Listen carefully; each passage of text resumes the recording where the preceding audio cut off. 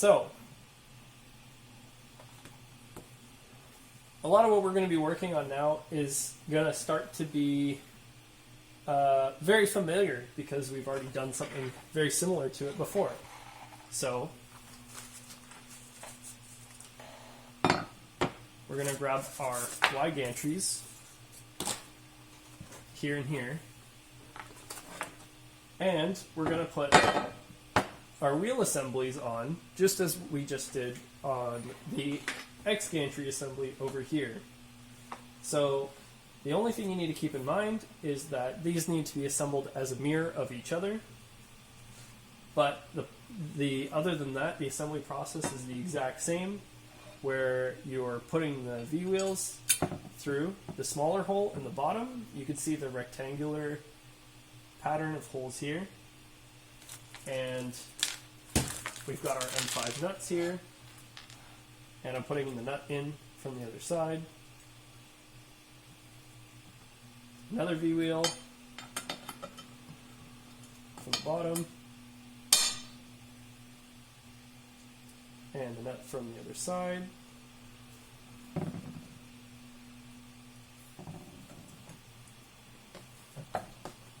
Then on the top, we got the V-wheel from the bottom and the eccentric nut from the other side. And just push the eccentric nut into the bore there and finish screwing in the V-wheel from the bottom.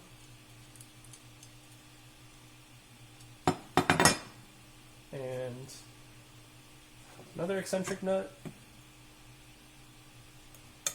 pushed in from the top, screwing the V-wheel assembly in from the bottom.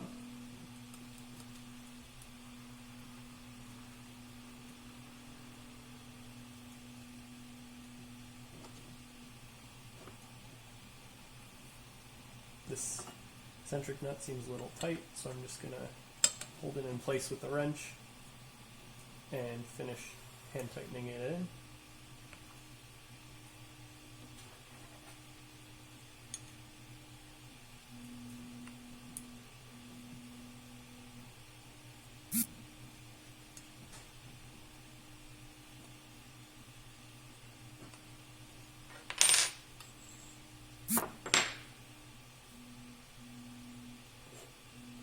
Now, recall that we're going to be fully tightening these bottom V-wheels here, and then only hand tightening these top two sets of V-wheels with the eccentric nuts, but we'll make sure that the eccentric nuts are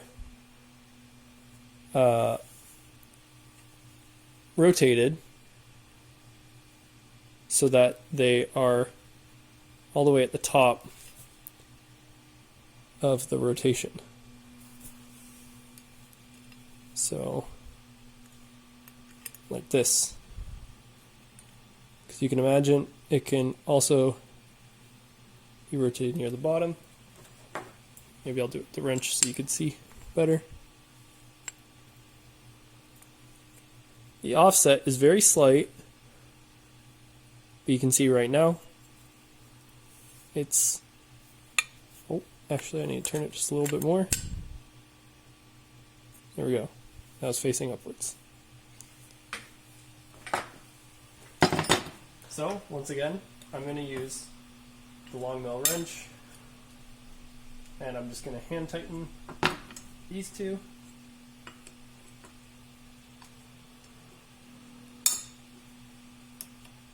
And then these bottom ones, I'm going to fully tighten down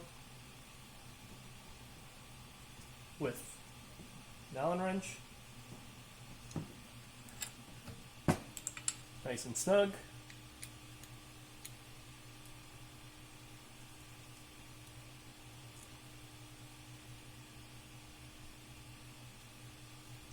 And, as I said before, these wheels should still be free spinning, even when they're tightened down. And now we're just going to do that again on the other plate, except mirrored.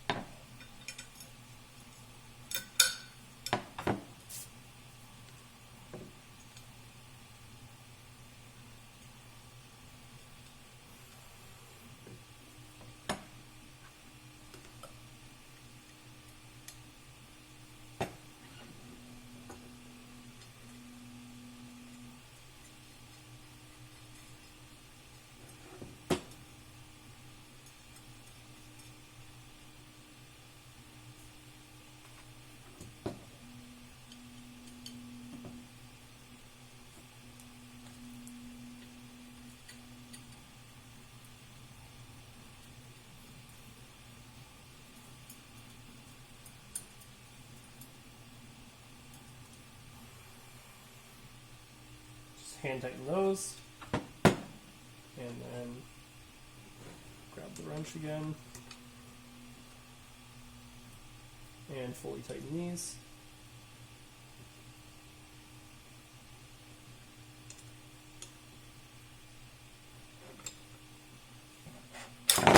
Oops.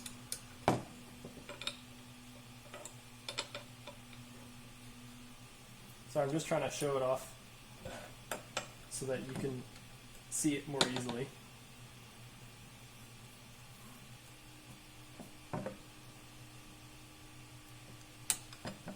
Okay. So now we got our wheels on and the plates are mirrored.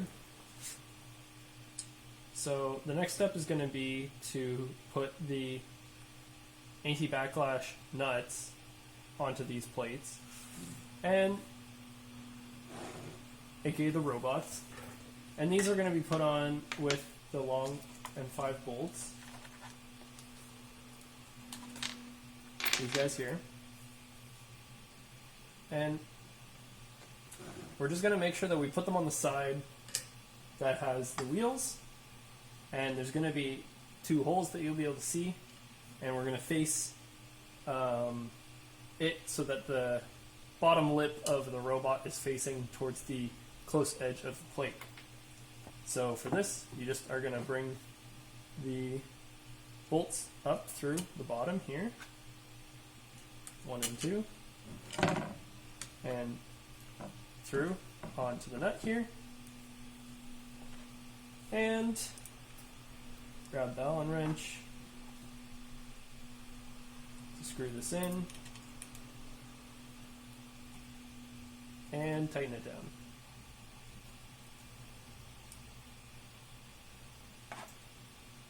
Now, just like on the Z-axis assembly, when we were putting the nuts on for the Z-axis and the X-axis, here as well, we're going to leave the nut on just a little loose. We're not going to tighten it all the way down. And that way, once we thread the lead screw into the nut during the final setup, we can make sure that the nut is aligned to the lead screw properly. So I'm just going to back these off a little bit so that the nut is still a little bit loose there. I'm going to do on this plate as well.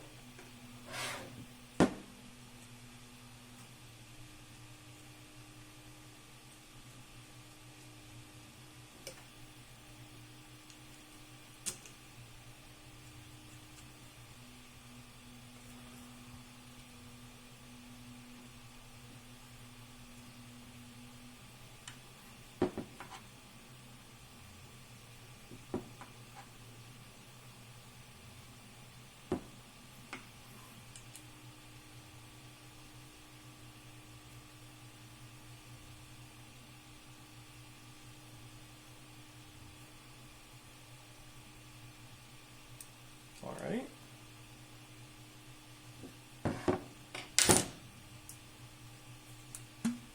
Take a drink.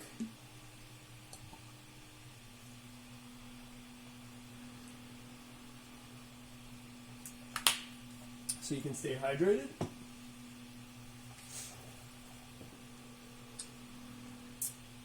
And we'll move on. So,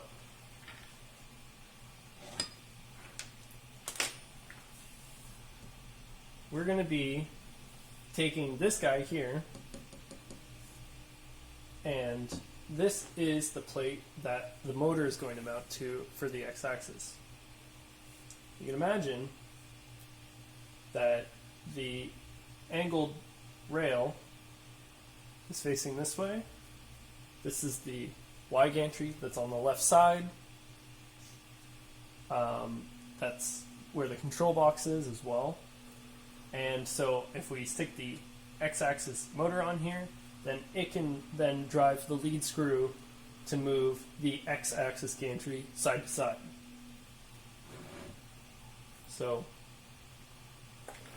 you can check it out. Take a look at it. This is the one we're going to be using. So I'll put this one off to the side for now. The parts that you're going to be interested in using for this step are the M5 nuts. You're going to be going into the orange bag here and grabbing the aluminum spacers, as well as the long M5 bolts. And you're still going to have some hardware left over in this orange bag. That's going to be used for the rail assembly. I already got it out. Don't worry about it for now. What you're also going to need for this step is, out of the green bag, you're going to need the couplers. And out of the yellow bag, you should be able to find these M8 washers. The last things we're going to need are some of the flange bearings, which we have out from a previous step, as well as a stepper motor.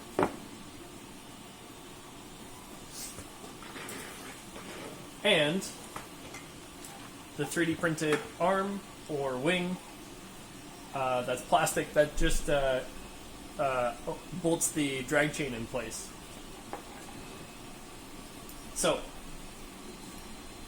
I'm just going to get all of my stuff located here.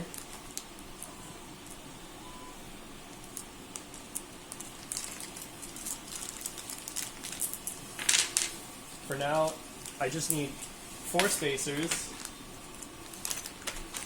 4 of the long M5 bolts,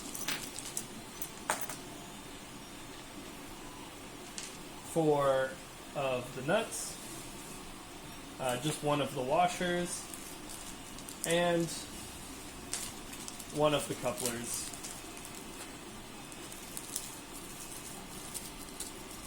And what we're doing here is we're not only attaching the motor onto the gantry plate here, but we're also putting some preparation into the power transmission system where the motor will later be attaching to the lead screw. So the first thing that I'm going to do is I'm going to take a size 2.5 Allen key for an M3 bolt, and I'm just going to loosen off the set screws that are on this coupler. Make sure they're not tightened down so that I can have an easier time pushing them in place. And there's going to be 2 sides, a smaller or a larger bore and a smaller bore. And the smaller bore is what's going to fit over top of the motor shaft. So that's just going to press on like this.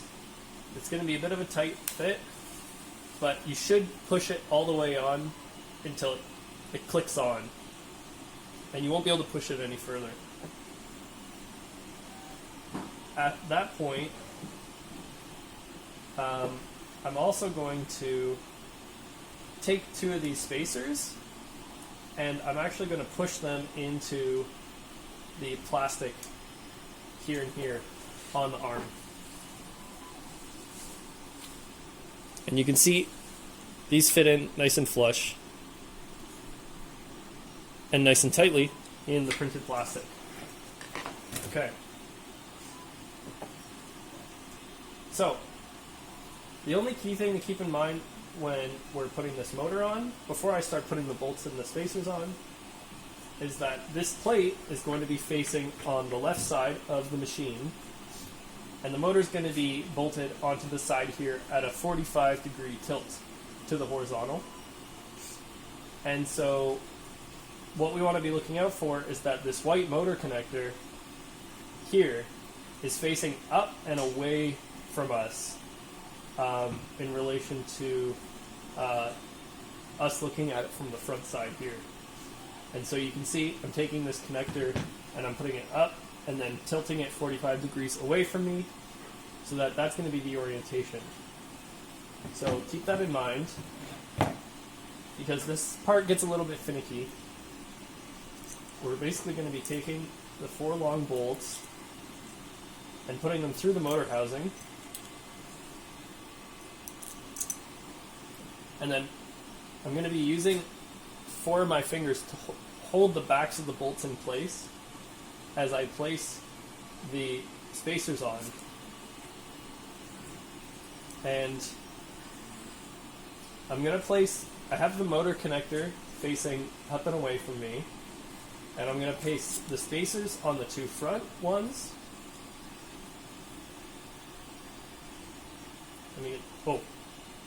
Let me get the orientation on this right. And then I'm going to put the wing on the 2 back ones. So you see that the wing is covering over where that white connector is. That's how you know it's in the right orientation. And so still supporting the rear heads of all these bolts, I'm going to, before I pick up the plate, I'm going to put the flange bearing with the flange facing this side into the plate here. And then I'm going to put the bolts in through the holes on the other side. And you just wiggle these around until it fits over like this. And then, still maintaining my hold from the other side, I'm going to just hand twist these bolts, or sorry, the M5 nuts into place from the other side.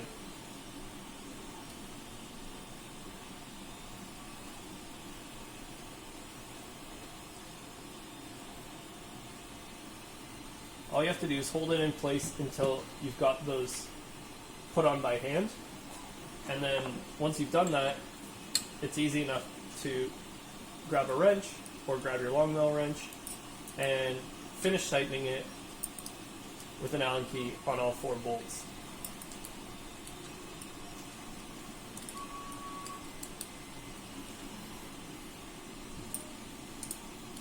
And this is all metal on metal on metal, so you can snug it up pretty well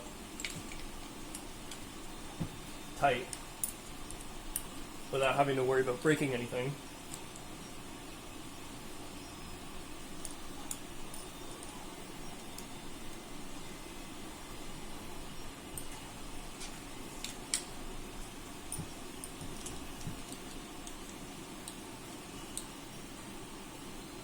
I'll just show you, I'm just holding the wrench in place from the other side, using the Allen wrench from this side.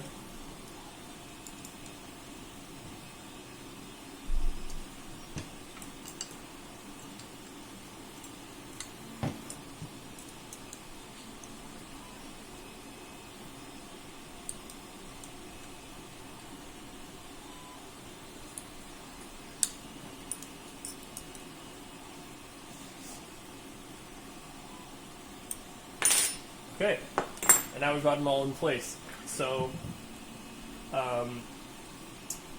this washer I'm just going to keep off to the side for now, but where it's going to come into play is later on. It's going to fit in between the coupler and the flange bearing when we're putting the lead screw through the hole in the flange bearing and into that coupler.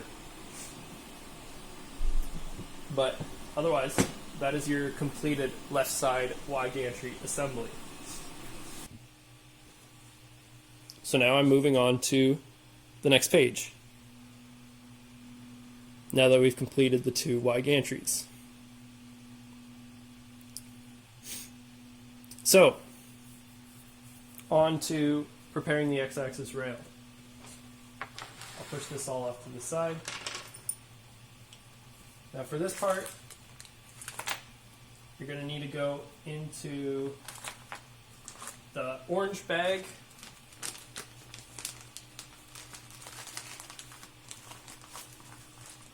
where you'll find there are many M8 hardware that's shorter than the M8 hardware we've already taken out. This is the longer 25mm. We're interested in the shorter 16mm hardware. So, as I said before, we've got our X rail and we've got our support rail. Now, for the 12x12, you don't have a support rail, but for the 12x30 and 30x30, you do. So we're going to go and add the support rail first, and then anyone with a 12 by 12, you can skip over this part. So as I mentioned before, we've got this hole pattern here against the wall of the primary x-axis rail, and these are tapped. And then on the support rail, you can see we've got a matching hole pattern, and these are drilled all the way through. So when you're going to go put these together, my recommendation is to put the x-axis rail, which is the one, by the way, that has the tapped double holes on both sides, and then take the support rail. This one's facing downwards, this one's facing upwards, and see how those holes line up like this. Okay, so we'll lay this down for a sec because we need to grab our hardware.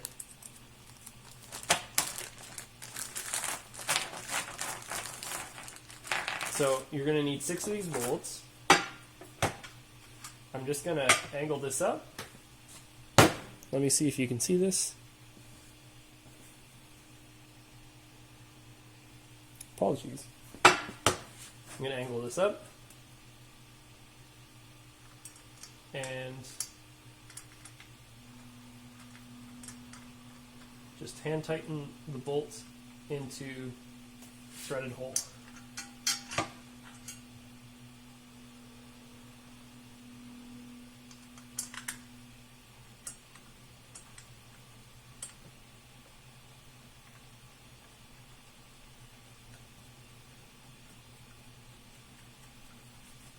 And I'm going to do it on the other side here as well.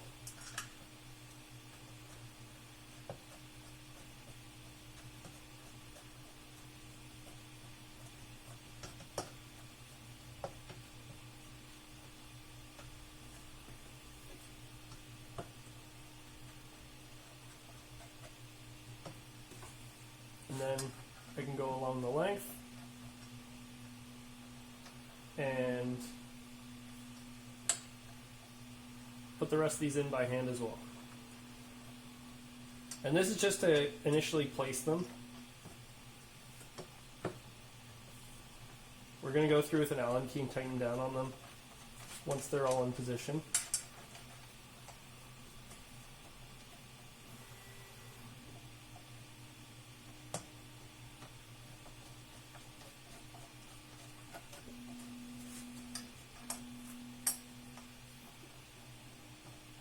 These will all thread on quite easily. And the other thing to be aware of is that the placement of the support rail on the primary rail is not, it doesn't need to be accurate, because the support rail doesn't locate anything, and it doesn't collide with anything, and it doesn't interact with anything.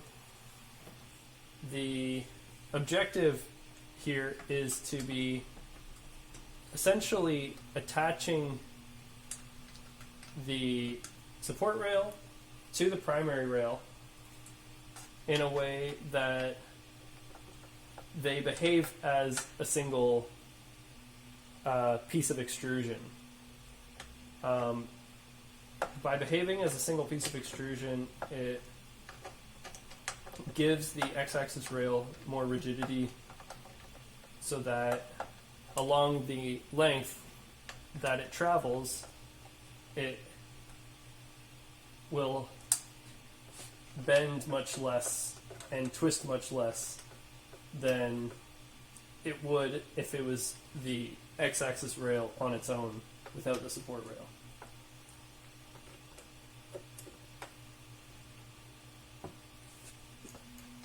So now I'm just going along and I'm snugging all these bolts up with an Allen wrench.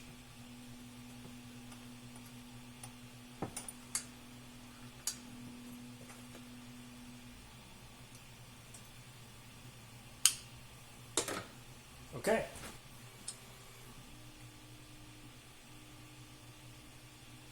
now we're going to move on to attaching the shoulder brackets to the x-axis rail. So these were parts that before I hadn't fully explained. But these two brackets here are going to be attaching to this side and to this side of the rail. And the reason is because afterwards, these Y-gantries are going to be pressed up and the rail is going to fit in this slot, this cutout slot here. And so what these shoulder brackets are going to be doing is basically acting as the interface to align the rail to the gantry and to keep it located in place so that the load can transfer from the rail into this cut profile here. So for this step, we need 8 more of the short bolts, which are M8, and I'm just going to leave them in here because it's a nice little collection tray.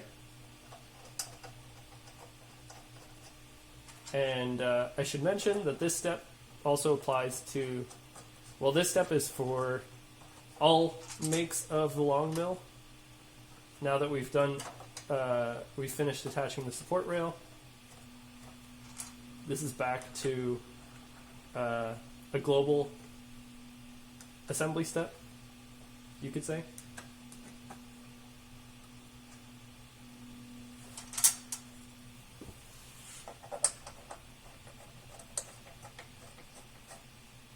So this is very similar to the last time with the support rail, where I'm starting by just putting all of the M8 bolts in place by hand. They should all rotate into the threading without too much resistance.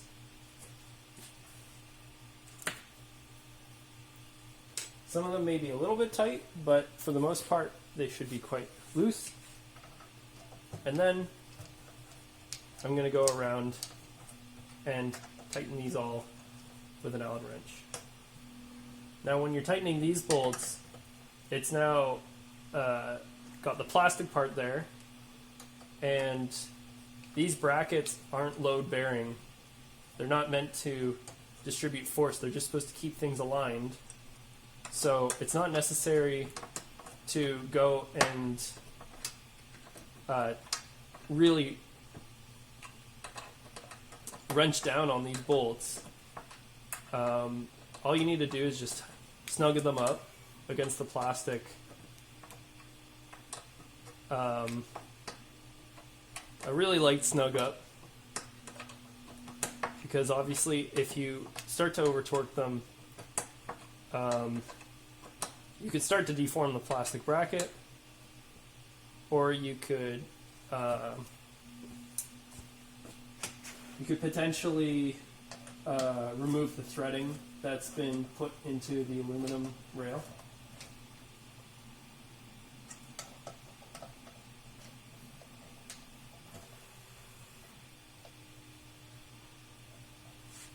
So just be conscious of that.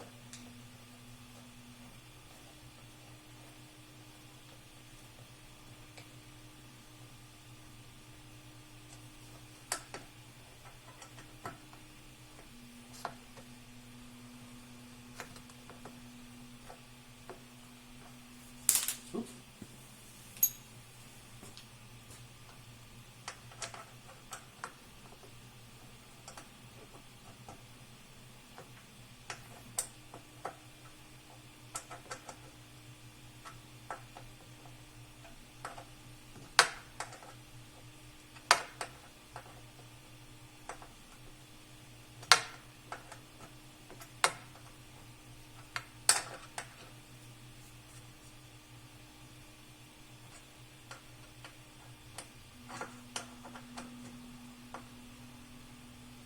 Okay. So there's the completion of that step there. So, as I said previously, we've set all of the V-wheels in all of the gantries so that they're at their widest. And that's going to pay back in dividends now that we start to do some assembly. So I'm going to flip this around, and the way that I know that this is facing the right way is because the support rail is coming out the bottom, or if you've got a 12 by 12, the other way of knowing which direction it should be facing is there's going to be a very small hole that's tapped in the rail. You can see it on the top and on the inside here. And that is going to be on your left side. Okay? On the top left side is where you want that to be oriented. And that represents the left side of the machine. So now that the x-axis rail is completed, we can grab our z-axis, our xz-axis assembly, and now we can roll it onto the rail. So, as I showed previously, and I think it's also made quite clear by the diagram that I've made here, the rail is going to have its edges held between the two V profiles of the V wheels, as you can see there. And so when we switch back over to here, I'm just going to come at it from, you can go at it from either side. I'm going to come at it from the right side here.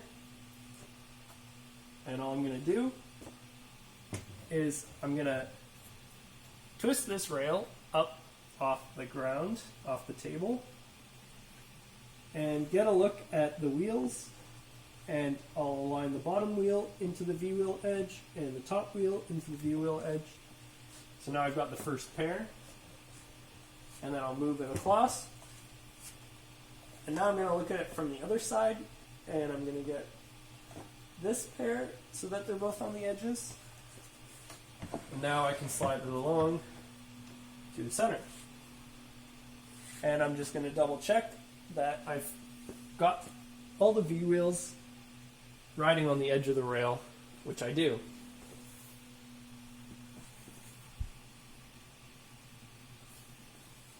So, now that that is placed onto the rail, before we go tightening anything down, we're going to want to cap the rail off with the two Y-gantries. This is when your assembly starts to get quite large. And actually, before I continue, I'm going to pull out my other water bottle and just have a sip of water.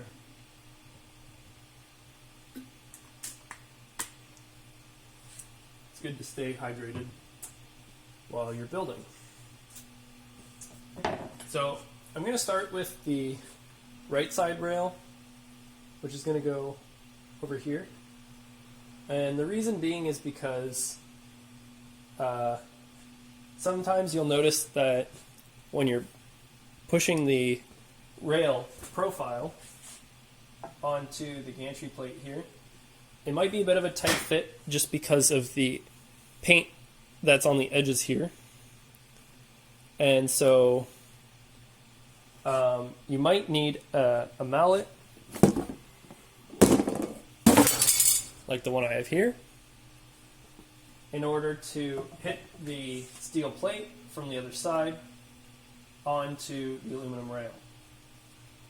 I like to do this side first because you can kind of become acquainted with how to fit the plate onto the rail and see what that process looks like and become more comfortable with it before moving on to the other side. And the reason why you want to become more comfortable with it is because when you go to the other side, you've got the motor in the way when you're banging it on. So it helps to get the practice in on the right side first. So what I'm going to do is I'm just going to, oh, well, would you look at this? I have a nice smooth fit onto this side, so I don't even have to worry about it. So,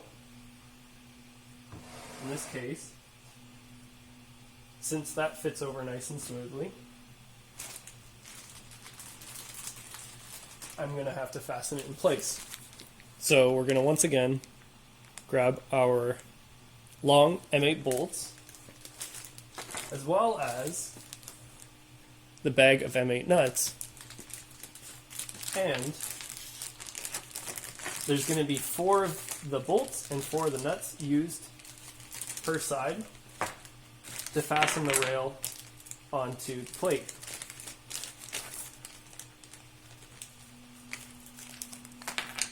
And just like when we were assembling the long bolts into the plastic part for the Z-axis, you're going to find that the M8 nuts actually fit inside a hexagonal bore in the back of the shoulder brackets, so that the nut can sit inside there while you twist the bolt into place and tighten it down. So, I'll try to angle this so you can see this a little bit better.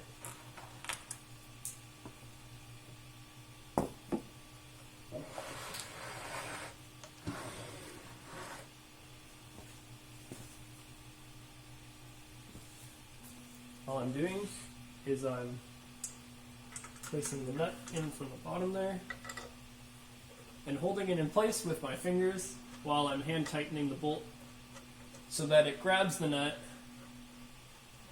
and I'm just finger tightening it down. And then from the underside here, I can access the space for the other 2 nuts with the other 2 bolts, which I'm once again just taking and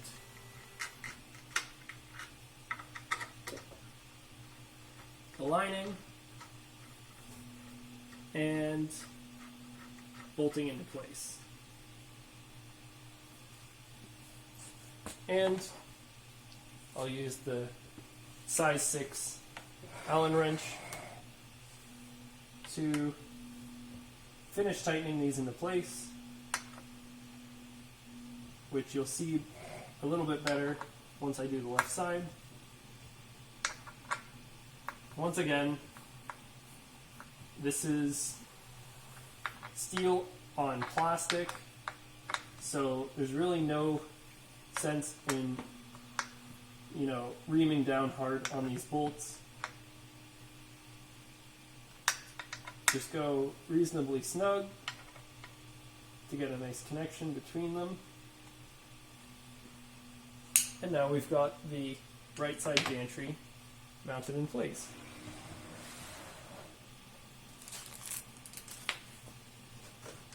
Now we'll see how our fit is on the other side.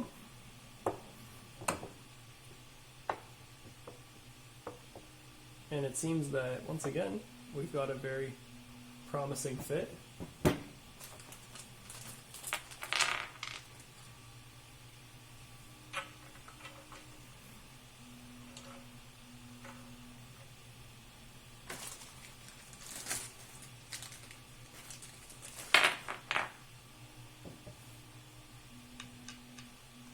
I'm just going to stick a bolt in there prematurely so that when I go and I push it on, that bolt can do the job of initially holding this assembly in place, because this side is a little bit more finicky.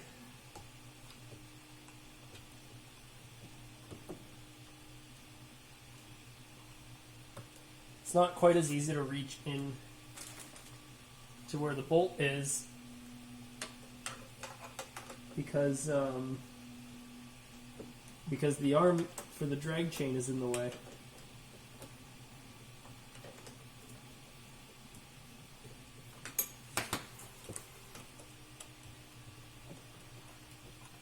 There we go. I was able to get it started.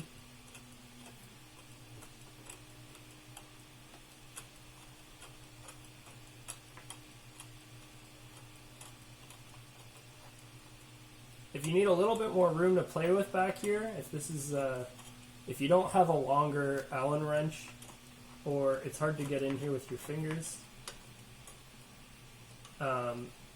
a secondary option is you can pop this arm back off if you wish to have a better access to this underside area here, and then reattach it once you're done with this step.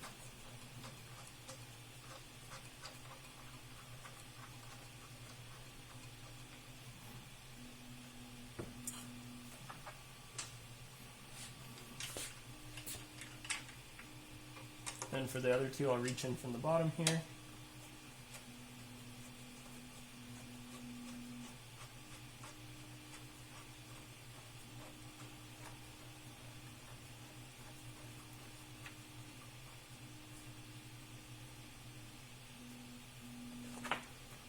And position the nut with my one finger into the hexagonal bore, while I rotate the bolt in from the other side by hand. And now I can finish tightening these with an Allen wrench. And I'm just going to lift this up so I can have slightly better access to the bolts here.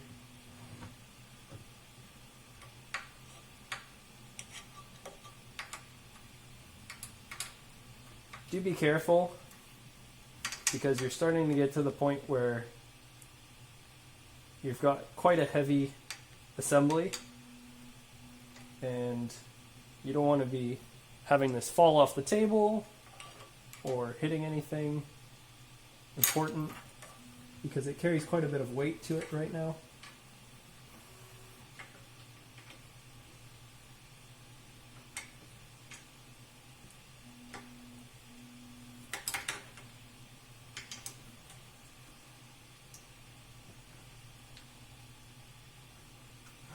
And there we have it,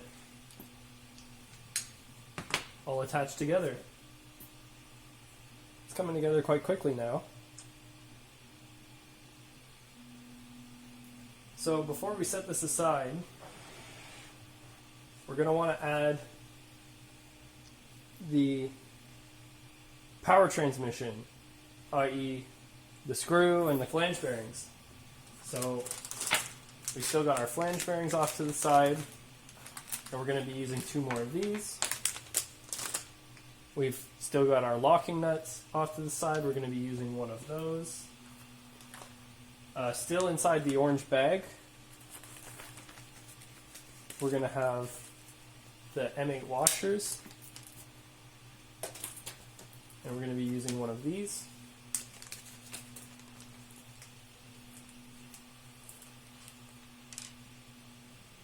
And we're going to need the lead screw.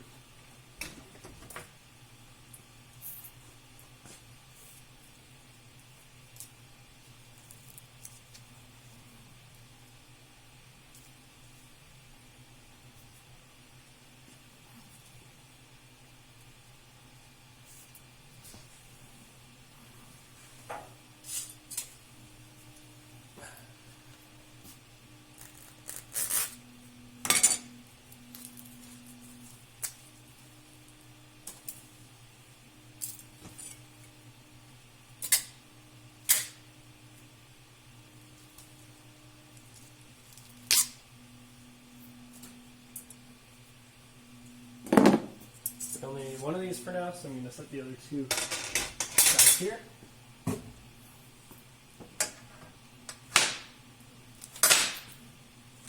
Okay.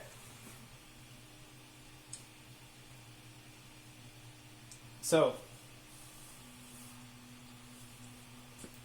the way that you're going to be doing this is you're going to be wanting to take this lead screw and inserting it from the right side in this direction.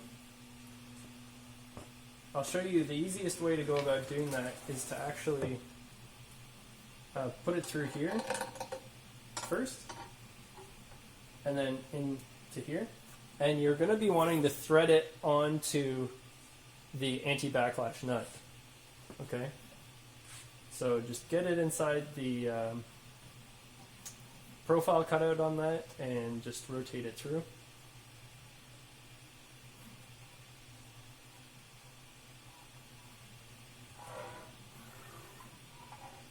And keep rotating it until you've got a reasonable amount of stick out of the lead screw on the other side,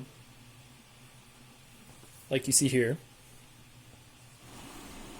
Okay, so the only remaining thing we need to do actually is just to stick the M8 washer in between the two, the coupler and the flange bearing, and then put the lead screw through all of them. So I will twist this around this way and bring it out over here, and hopefully you can see. All I'm doing here is I'm just positioning the washer in between. I'm bringing the lead screw up through the hole in the flange bearing. I drop the washer in place, and now I'm pushing the lead screw all the way onto the coupler. Now at this step, that it's pushed all the way onto the coupler, I'll be taking my Allen key and I'll be tightening down on the set screw on the lead screw side, so that it's tightening down on the lead screw.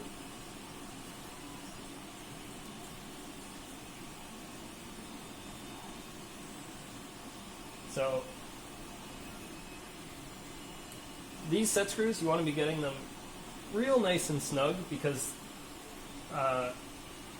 they're going to be transferring the torque and the rotational power from the separator to the lead screw.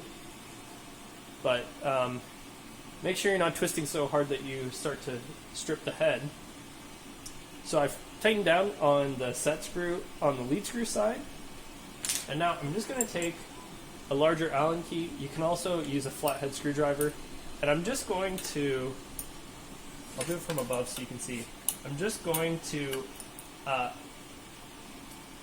twist the wrench so that I can push the coupler right against the plate, because the coupler is going to push the washer and it's going to push the flange bearing, and we want that whole assembly to be pushed right up against the plate, so that when we squeeze it down on the other side, it's kind of like the lead screw is kind of sandwiched between the two plates.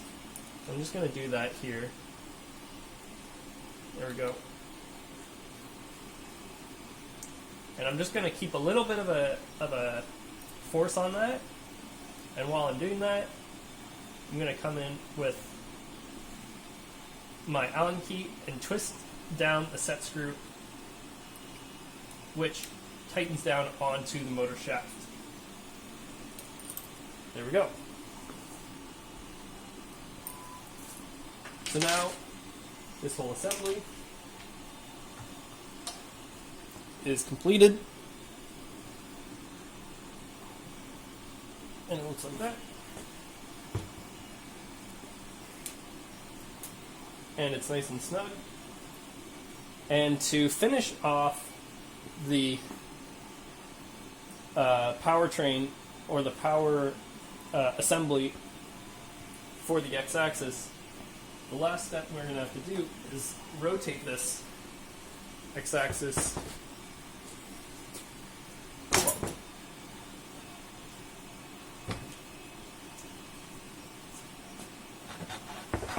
or just be able to access the axis from the other side. No need to rotate it if you don't need to. And we're just going to be grabbing one of these locking nut sub-assemblies and another flange bearing, and we're going to be fitting it over the lead screw on this side into the plate, and then we're going to screw on the locking nut. If it doesn't want to go on, make sure to back off the set screw a little bit.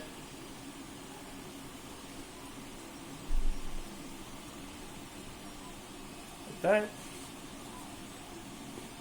And what I'm just going to be doing here is I'm going to be twisting the lead screw and the nut in opposite directions so that I can really clamp the nut against the flange bearing here. Once again, it doesn't have to be too tight, and I'll just do it with my other hands here. So I'm twisting the lead screw against the nut, and then while I'm doing that, I'm going to tighten the set screw down. There we go. So, bring this back forward. As a final check before we set this whole assembly aside, it's important that when you go to move the gantry, that nothing should be loose.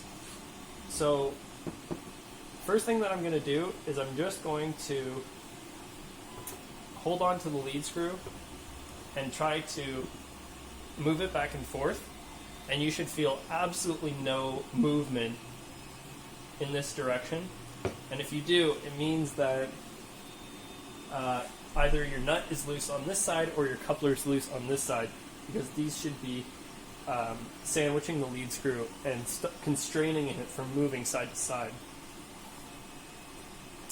So if you do feel any movement, you should go back and fix that. We're going to just pick this up and put this aside for now and move on to the Y-axis rails.